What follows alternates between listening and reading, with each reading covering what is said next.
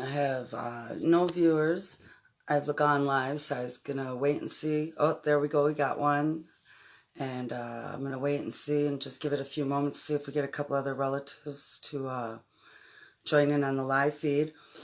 Um, I'm out here in Minnesota, so we're on Central Standard Time. I know I'm running late, so I'm running on Central Standard Equate time, and so I apologize for running late, but I wanted to take a few moments to think about things, reflect, take a few deep breaths, and really focus on what I wanted to say so I could speak from my heart about some really sensitive topics to me personally regarding a police state. So I just want to thank all of you who are tuning in. I'm going to go ahead and start moving in a forward direction now that I've excused myself for being on equate time, but things happen when they're meant to be. Bonjour. Anin. Nindijana cause Niimi Makoons. Anashinabe Ogichidakwe Indao. Induja Bamama Aki. And so just give me a moment here, please.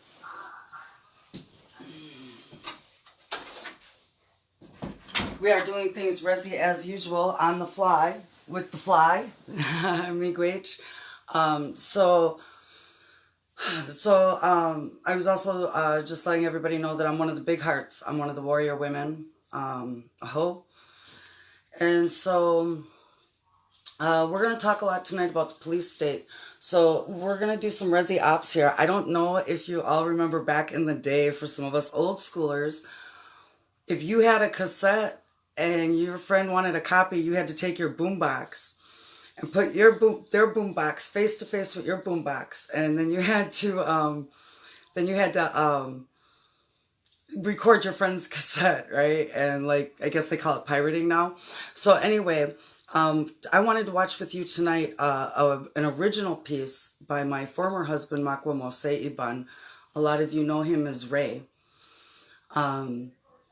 He was a warrior that I walked with for 13 years, and he made this video about a decade before he fell victim to the police state.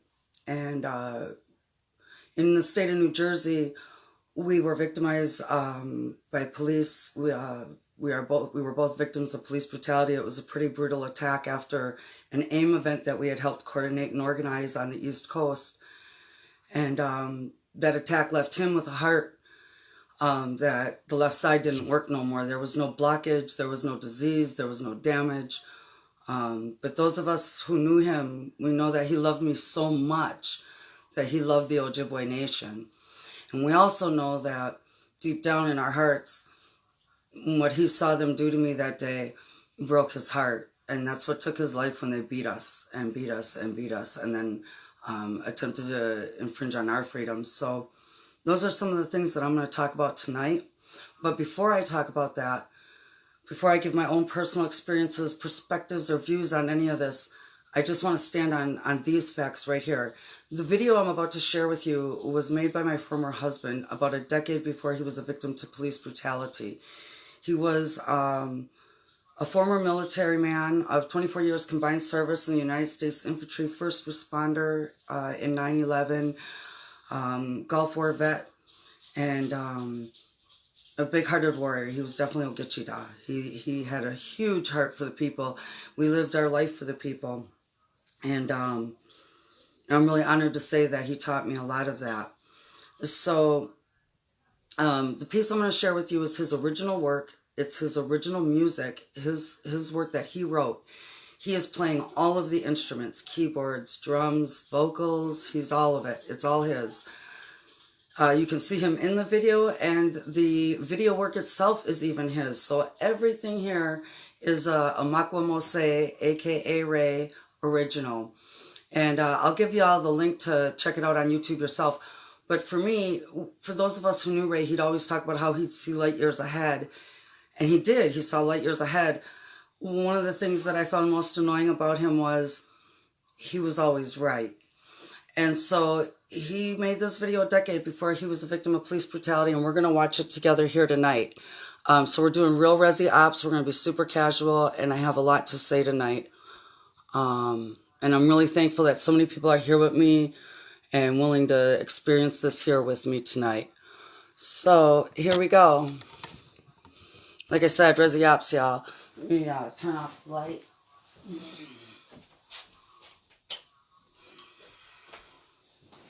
Work with what you got. That's what they're teaching me. So here we go. Almost there.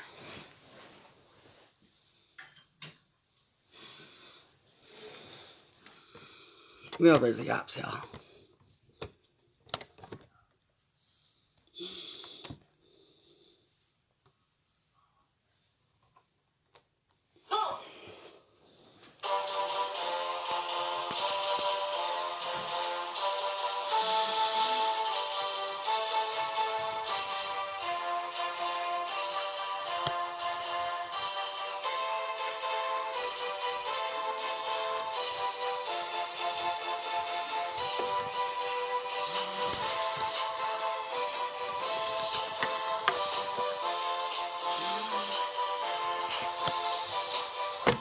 Oh, did I tell you it was real Rezzy ops, y'all?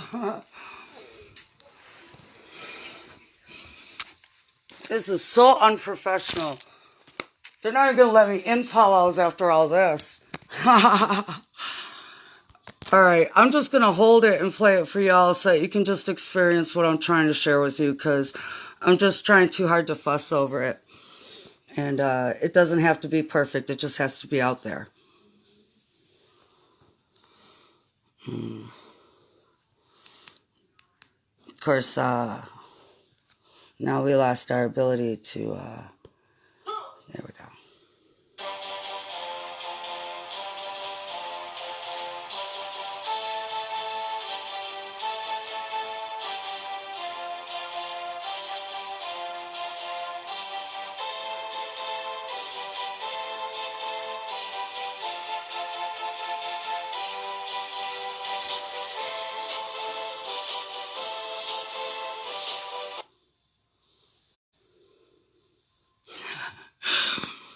Oh, Wi-Fi. It's just not meant to be, I guess, y'all. This is my last try because, you know, I can only try 4 times and we're counting here.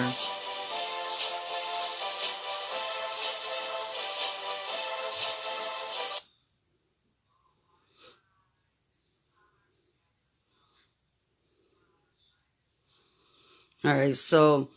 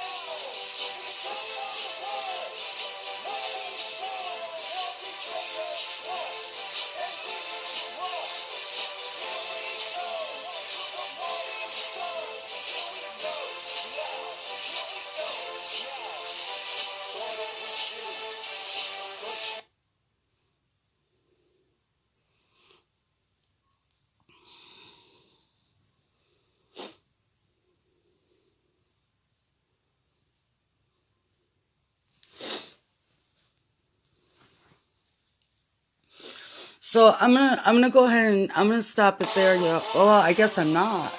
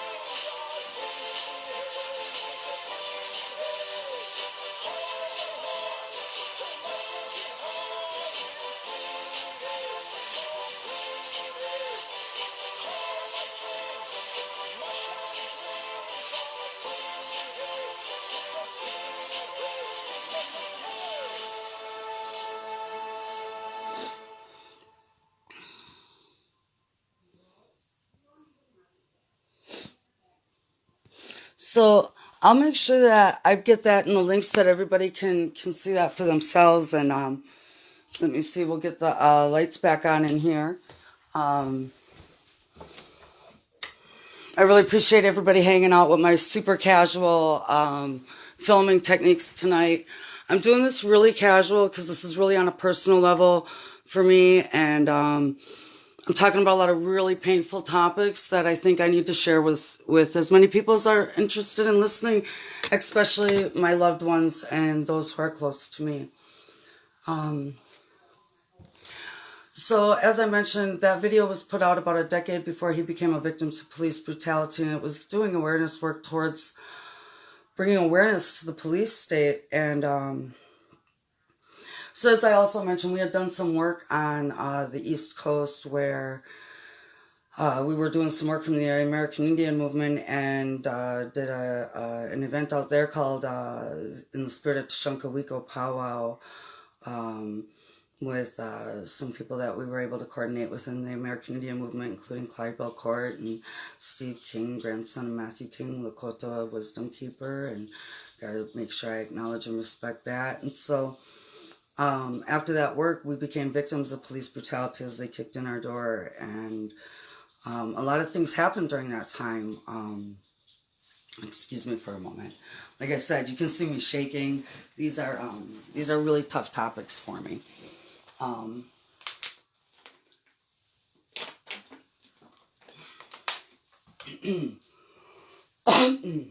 We were in our private home, privately owned property, and without warrant, justification, or legal cause, police kicked in our door, and the assaults eventually, they looked like they were going to shoot him at first, but the assaults eventually led to severe beatings for both of us. Chemicals spray with nerve agents, and having my clothes ripped off and being sexually assaulted while he was forced to be held down and watched. From that assault, I still sustain injuries such as a fractured tailbone, shattered coccyx. My wrists are weak, and I'm compromised in other ways. So that's something that I'll always live with. But there's no greater loss or suffering than the warrior they took from me. And that is what the police state did. They took a man who would have lived a long and healthy journey, hopefully otherwise, and they, as far as I'm concerned, shortened his life. And I understand what is meant to be, and that was what was meant to be for whatever reason is beyond my understanding, and I can accept that. However, what couldn't be accepted was what they did to us in Jersey, and when they tried to incarcerate us, even though we had the incident on video, which was then being suppressed, which it's unlawful to suppress exculpatory evidence. They were trying to charge us with multiple felonies for attacking them, and they could never prove justification of being there. But more importantly, that is when I denounced my citizenship to the United States of America Incorporated. A forced citizen is an Anishinaabe Ojibwe citizen, as an Anishinaabe Ojibwe Ikwe. That is a forced American citizenship to the United States of America Incorporated. And a lot of people aren't going to really understand what I'm talking about. But some of you that are close to me, you kind of know some of the topics I'm talking about here. So if you take an indigenous person who is an enrolled tribal member, and you force citizenship on them, and they denounce that citizenship to America, they then stand where? They can't be deported. They stand on their sovereign nation. Not inheritance sovereignty that the Americans allow us. We are talking true sovereignty, because if you're acknowledging that they have superiority over you, then they do. And so when challenged in the state of New Jersey, that they did not have jurisdiction over me because the United States of America was not a nation, it is a corporation. And furthermore, I denounced my citizenship and stood on my sovereign Anishinaabe Ojibwe nation. They dismissed my charges and failed to prove that they had jurisdiction over me. And that is why I'm sitting here free today, doing this live feed tonight. They tried to force me into a human trafficking ring right away in New Jersey, but fortunately I was bailed out after they failed to hold me any further for immigration, even though they ran me through 3 times. And you know, these are some of the things I wanna talk about. Is you know, military men, they've been telling us a lot of things, tinfoil hat theories. Somebody very special to me says, you know, a conspiracy theorist. You know, no, these are conspiracy truths. So I know a lot of people are really scared with the virus right now. We talk about things like biological warfare, Agenda 21, which was publicly posted on the United Nations as an agreement to depopulate the United States. We talk about these things, and a lot of people don't take us very seriously. And you know, even somebody who's very close and endearing to me tonight saw my post about me dancing, and I was saying, it's the end of the world, dance like there's no tomorrow. And you know, they felt truly offended by that, enough to, you know, make a negative connotation to me about the way I think. And so I understand that not everybody's perceiving the reality that I've perceived. But I'm telling you my story from my perception and what my understanding is. So a lot of us here in the Anishinaabe nations, the Ojibwe, we believe that they just always called us Chippewa. That is not true. I have a replica of a peace medallion right here. This is what they gave our ancestors. This is what they gave us, our ancestors, when we entered into time of peace with them.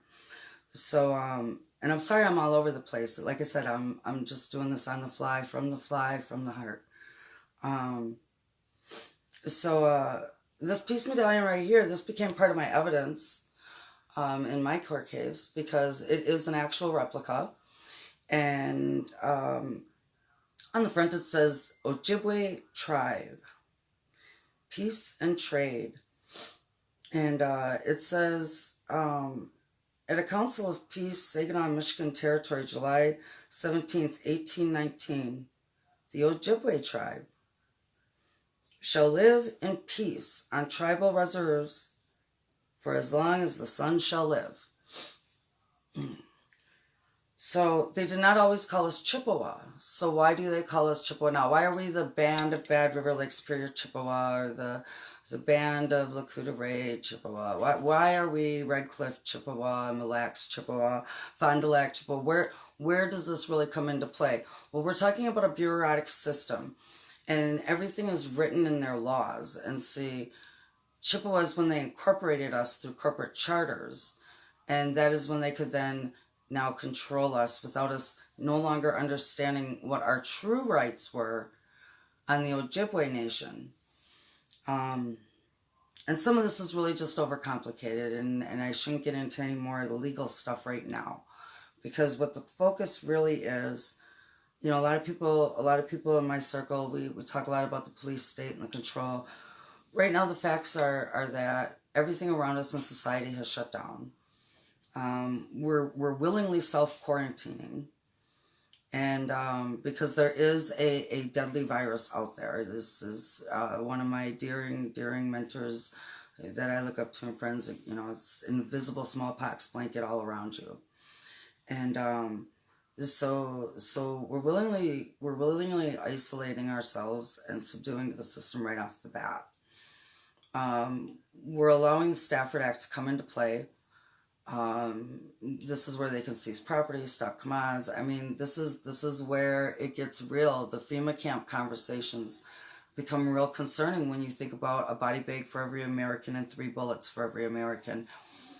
And I've never been to one of the FEMA campsites, but I saw reports out there, you know, about how the gun shacks or the sniper shacks are pointed. So, you know, I don't know personally on that, but what I do realize is that we're calling in the Guard and Department of Homeland Security, and ICE is doing sweeps in the San Francisco Bay is under order to shelter in place, which is a big thing I want to talk about, shelter in place. And they have a huge homeless population, and ICE is there doing sweeps for illegal immigrants to detain them while they're under forced shelter in place. This is the Gestapo coming through. This is neo-Nazi Germany. This is happening right before your eyes all across America, whether you're seeing it in your area right now or if you're just beginning to.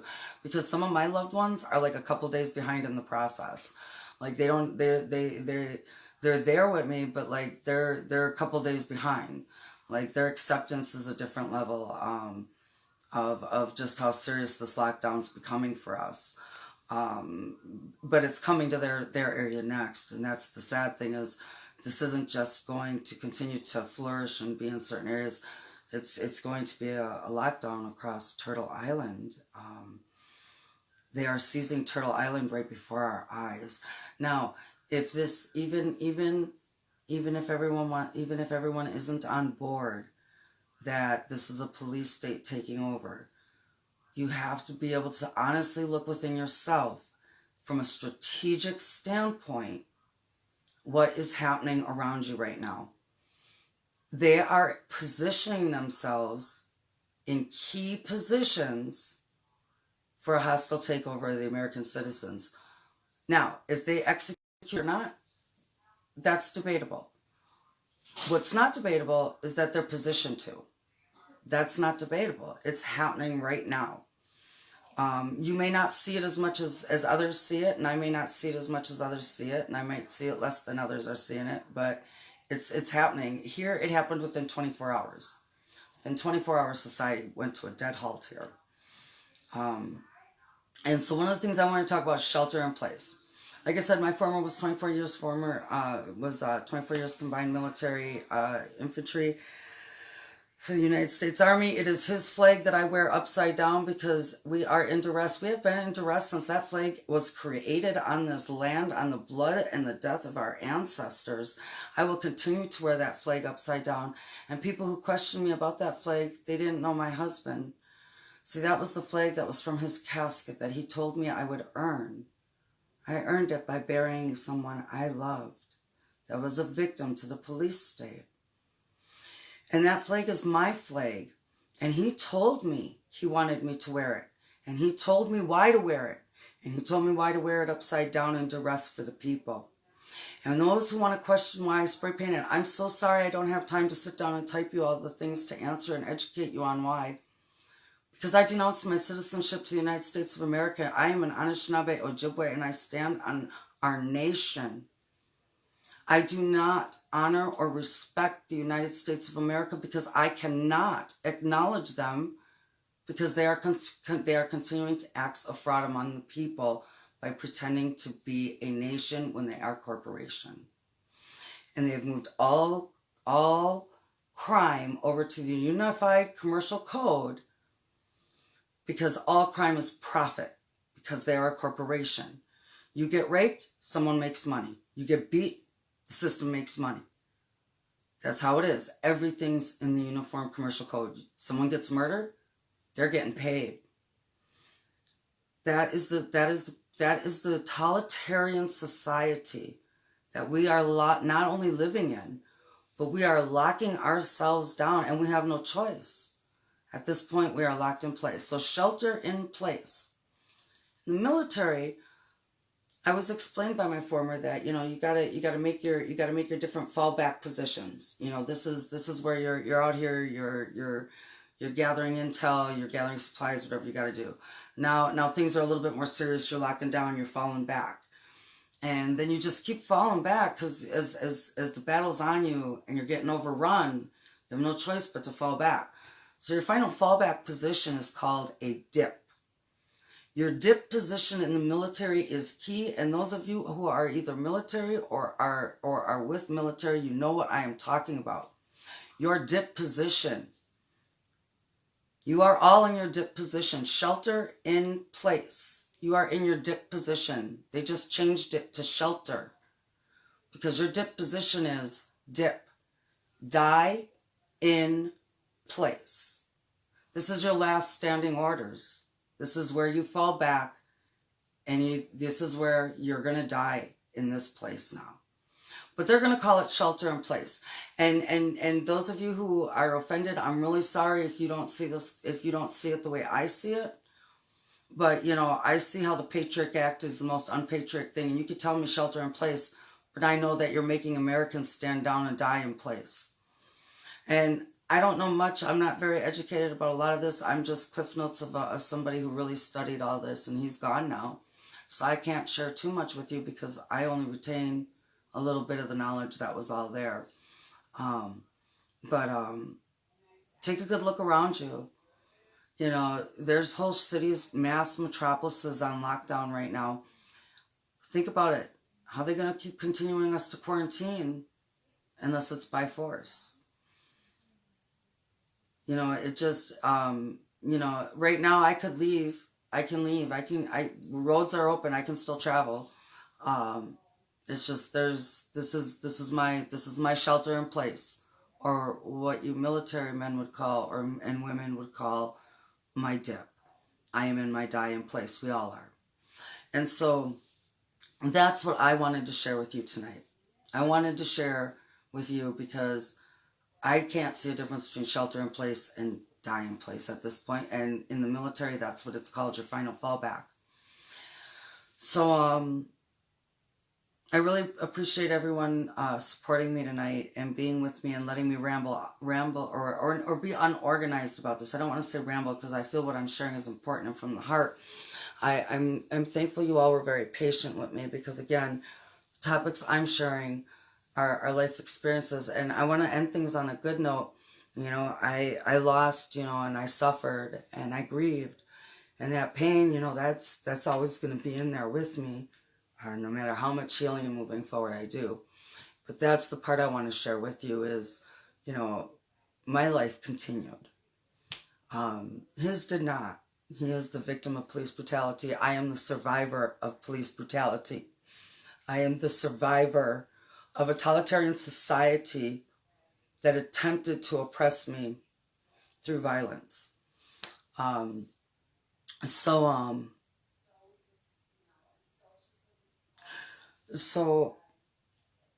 I do feel like everything I shared was important, and I'm really thankful.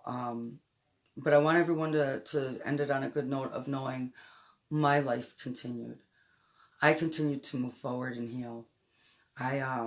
I began to have beautiful experiences among the people, including living in a wigwam and taking the Mackinac Bridge, sneaking the water over in front of the enemy.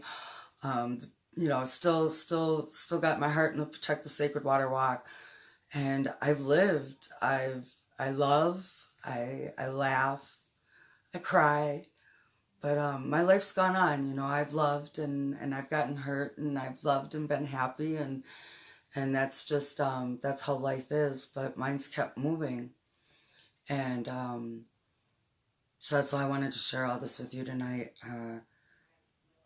And I think everybody knows where my heart where my view is, and I really hope that all y'all that have supported me and loved me and are really close to me in my life, I really hope that we're safe in these times because we don't know what's moving forward. But I really think we need to all accept that even if this isn't a hostile takeover by Big Brother and the New World Order, it sure in the hell looks like one, and they're completely able to pull it off.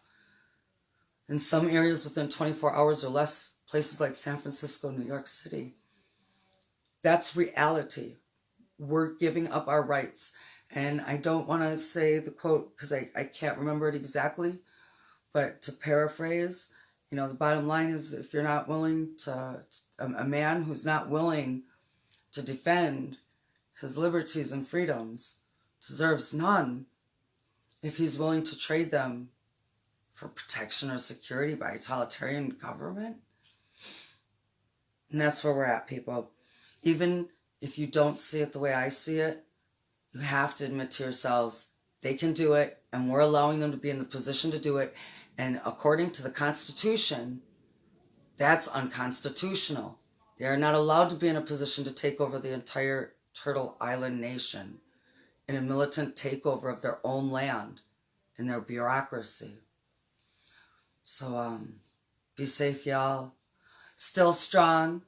I'm going to keep trying to do these live feeds. I just want to send a big shout out to my my dear sister, Niimi Sherry Ogichidakwe. I am wearing that beautiful necklace that you gifted me at the Duluth event. I am so honored and thankful that I am wearing such an old one's beautiful necklace, and I was able to get some stories shared with me from my other Niimi that I want to send my respect and love out to. One of my dear mentors, I look up to and respect so much, Niimi Irene Benjamin, who is I just love her. She's amazing, so supportive and encouraging, and many of you are, and your love, support, prayers, they mean a lot to me. They keep me going, especially tonight, talking about tough topics. So, live every day as if it were your last. One day it will be. And, y'all, it's the end of the world. Dance like there's no tomorrow. Gigawabame minawa. Miigwech. Gazagin, I love you all.